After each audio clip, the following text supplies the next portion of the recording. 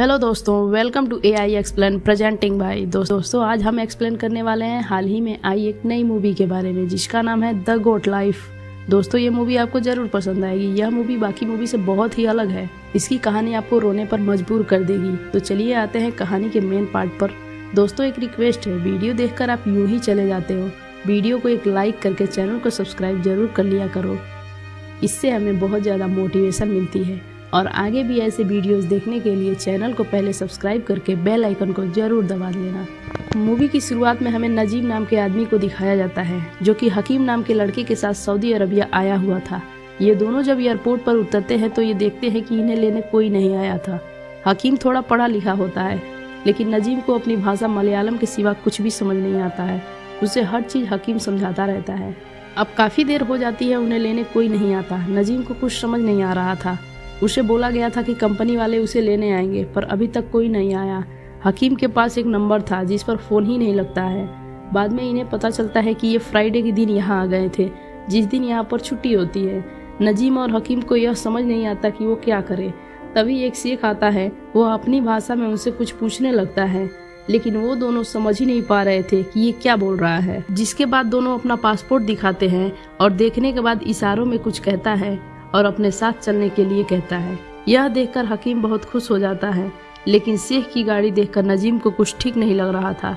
सफ़र के दौरान दोनों की आंख लग जाती है और जब आंख खुलती है तो वो देखते हैं कि वो दोनों अभी खुली रेगिस्तान में हैं। दरअसल ये शेख इन्हें शहर से दूर इन्हें बेचने के लिए यहाँ लाया था।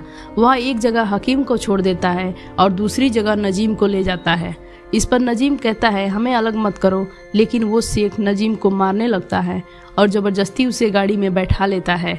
इस तरह हकीम बेचारा चिल्लाता रह जाता है कि भैया मुझे छोड़कर ना जाओ। अब जो नजीम का मालिक था वह सोने चला जाता है। तभी नजीम बकरियों के बीच में एक बूढ़े आदमी को देखता है। वो शायद तमिल बोल रहा था। ये भाषा भी नजीम को नहीं आती थी।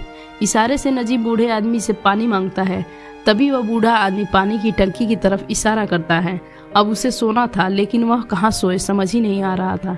इसी दौरान नजीम देखता है कि उसका मालिक टेंट में सो रहा है तो वह भी एक कोने में जाकर सो जाता है। नजीम अपने ज़िंदगी को याद कर रहा था। नजीम का सपना था विदेश जाकर ज़्यादा पैसा कमाना। उसने देखा था जो लोग इंडिया में रहते थे वो कुछ ज़्यादा नहीं कमा पाते थे मजदूरी करके। बाकी लोग जो विदेश रहते हैं वो महंगी महंगी चीज़ें लाते थे।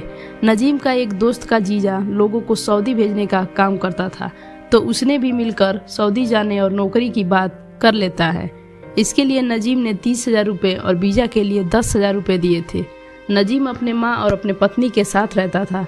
उसकी बीवी माँ बनने वाली थी जिसके लिए वह जल्दी जाना चाहता था कि वह ज़्यादा पैसे कमा सके। कहानी फिर फ्लैशबैक में आती है और नजीम यही सब सोचते हुए सो गया था।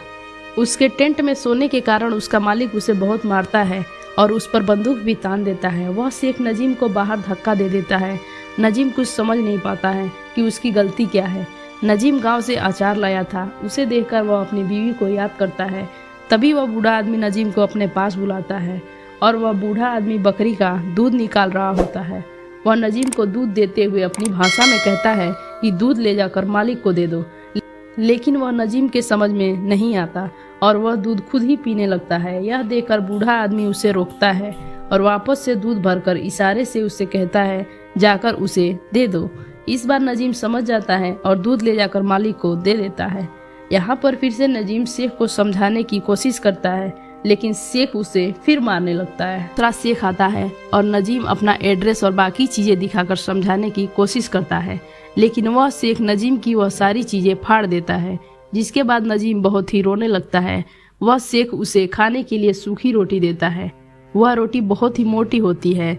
वह नजीम से खाया भी नहीं जा रहा था तो शेख उसे सब्जी न देकर पानी देता है और वह इशारे से कहता है कि रोटी को पानी में डुबाकर खाओ तब खा पाओगे। रात में नजीम अपने बीवी का दिया हुआ अचार खाता है।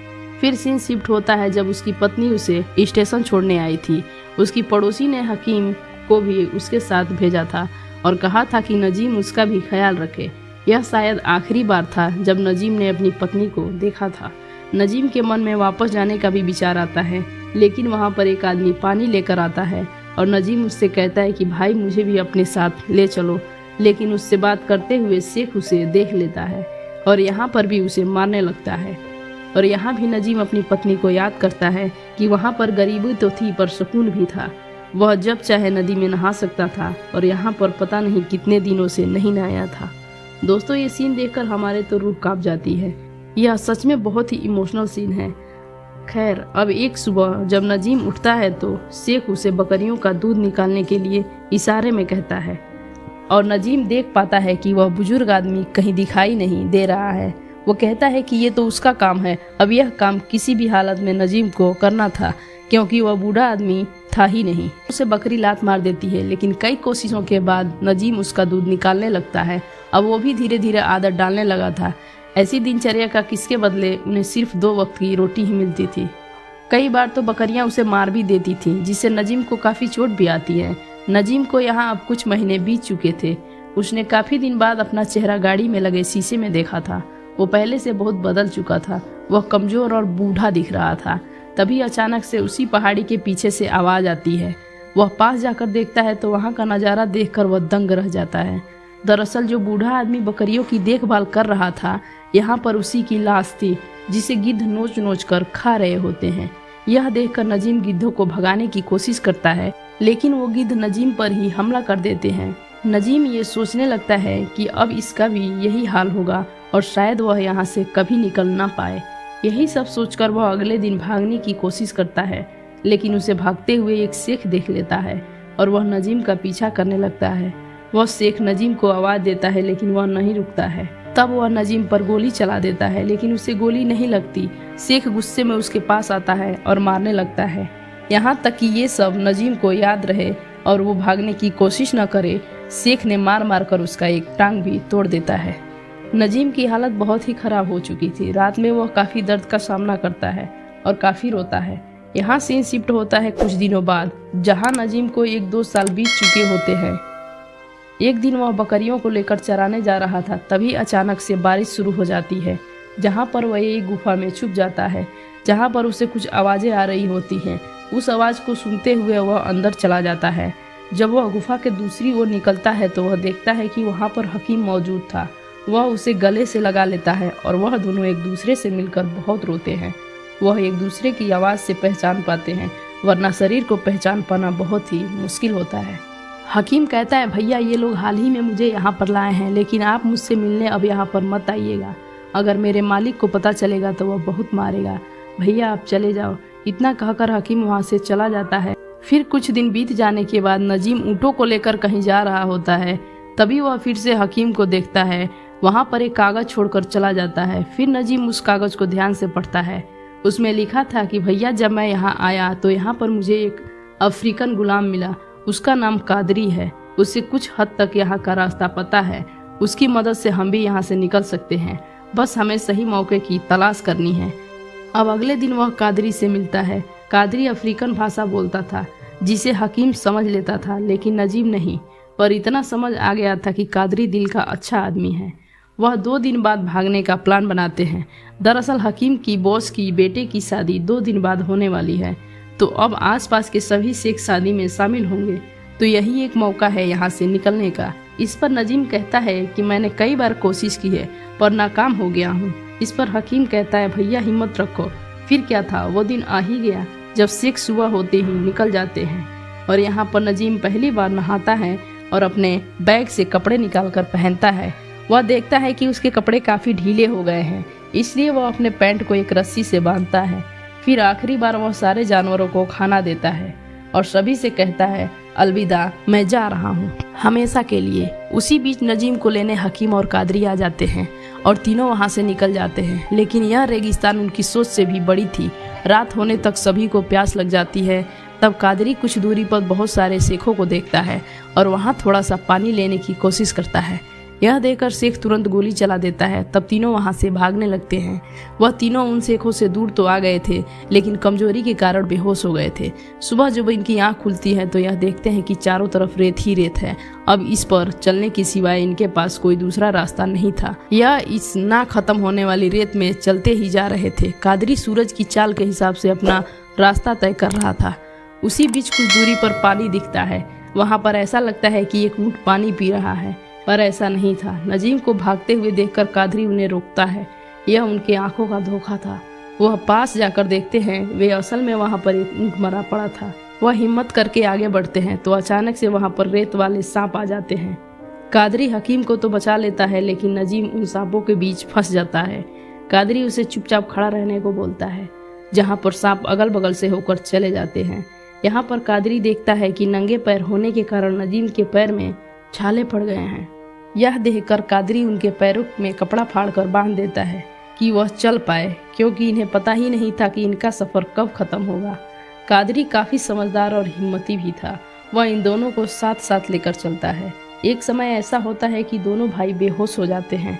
तब कादरी अपना पसीना तक इन्हें पिला देता है। इस तरह चलते चलते 3 दिन बीत जाते हैं। हकीम का शरीर उसका साथ छोड़ रहा था। कादरी उसे उठाकर आगे बढ़ने लगता है। हकीम वहम का शिकार भी होने लगता है।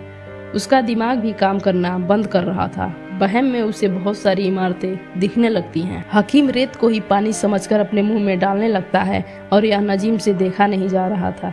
कुछ समय बाद हकीम की सांसें भी उसका साथ छोड़ देती है। यह देखकर नजीम को कुछ समझ ही नहीं आ रहा था, क्योंकि घर से आते वक्त हकीम की मां ने नजीम से कहा था इसको अपने छोटे भाई की तरह ख्याल रखना। यह सब अभी सोच ही रहा होता है, तभी कादरी देखता है कि सामने से रेतीला तूफान आ रहा होता है। इसलिए वह जबरदस्ती नजीम को लेकर वहां से भागने लगता है। तूफान के कारण हकीम की लाश भी रेत में खो जाती है। यह दोनों तूफान से बचकर किसी तरह एक पानी वाली जगह पर पहुंच जाते हैं। वहां दोनों पानी को देखकर काफी खुश होते हैं। यहाँ कादरी नजीम को थोड़ा थोड़ा करके पानी पिलाता है। उसे यहाँ पर एक पानी की बोतल दिखती है जिसे वह बांसुरी की तरह बजाता है। अब रात यहाँ बिताने के सुबह उठकर जब कादरी देखता है तो उसे ऐसा लगता है कि रोड करीब ही है, लेकिन इस बार उसका भी अंदाजा गलत था। वहाँ पर कादरी की हिम्मत भी जवाब दे देती है और जब नजीम उठता है तो देखता है कि कादरी उसके लिए बोतल में पानी छोड़कर वह भी जा चुका है। अब नजीम अकेला हो गया था। वह किसी भी तरह करके रोड पर पहुंचने में कामयाब हो जाता है, लेकिन उसकी हिम्मत भी जवाब दे चुकी थी। फिर कुछ देर बाद एक कार उसके पास रुकती है, जो एक शेख होता है। वह नजीम को अपने कार में बैठा लेता है और उसे पानी भी पिलाता है। यह शेख बहुत ही अच्छा था, जो उसे शहर में लाकर छोड़ देता है। नजीम उसका धन्यवाद भी करता है। वहाँ पर एक रेस्टोरेंट के पास नजीम जाकर गिर जाता है, जिसका मालिक उसका इलाज भी करवाता है और नजीम के द्वारा बताए गए नंबर और एड्रेस पर उसकी पत्नी से बात भी कराता है। तब पता चलता है कि नजीम ने रेगिस्तान में पूरे 3 साल बिताए थे। वह अपनी पत्नी और बच्चे की आवाज़ सुनकर रो पड़ता है। यहाँ पर घर जाने के लिए नजीम के पास पूरे पेपर नहीं थे, इसलिए नजीम को सरेंडर भी करना पड़ता है। यहाँ पर जो लोग कंपनी या बॉस से भाग कर आए थे उन्हें शेख पकड़कर वापस ले जाते थे। एक दिन नजीम का शेख भी यहाँ आता है। यह देखकर नजीम डर रहा था कि कहीं वापस न ले जाए। दोस्तों, ये कितनी डरावनी सीन होगी, आप लोग समझ सकते हैं। खैर, वह शेख नजीम को कहीं नहीं ले जाता, जबकि वह शेख नजीम को पहचान भी लिया था। दरअसल उस शेख के पास कोई और काम करने आने वाला था और वह नजीम को गलती से ले गया था। नजीम का पेपर उसके पास नहीं थे तो वह उसे नहीं ले जा सकता था। 3 महीने जेल में रहने के बाद आखिर वह समय आ ही जाता है जब उसे वापस इंडिया डिकोड कर दिया जाता है। उसी समय नजीम सोचता है कि यहाँ से लोग महंगी महंगी और अच्छी चीज़ें अपने घर लेकर जाते हैं, लेकिन नजीम के पास तो कुछ भी नहीं था। उसे समझ आ गया था कि उसके पास जो भी है वही काफ़ी है। यहाँ पर लोग तो एक एक बूंद पानी के लिए तरस रहे हैं। इस फिल्म में हमें दुनिया का सबसे अच्छा सबक सिखाया कि जितना है उतना में ही संतुष्ट रहना चाहिए, वो भी खुशी से। अपने सपने जरूर पूरा करो, लेकिन सपनों के चक्कर में इतनी दूर ना निकल जाओ कि वापस लौटना मुश्किल ही नहीं, नामुमकिन हो जाए। इसी मैसेज के साथ यह सच्ची घटना पर आधारित फिल्म यहीं समाप्त होती है। आपको ये मूवी कैसी लगी, एक प्यारा सा कमेंट के जरिए जरूर बताइएगा और ऐसी मूवी देखने के लिए चैनल को सब्सक्राइब कर लीजिएगा। मिलते हैं फिर किसी नए मूवी के साथ। तब तक के लिए बड़ों को नमस्ते, छोटों को प्यार, छोटी सी लाइफ है, एंजॉय करो यार। Bye bye.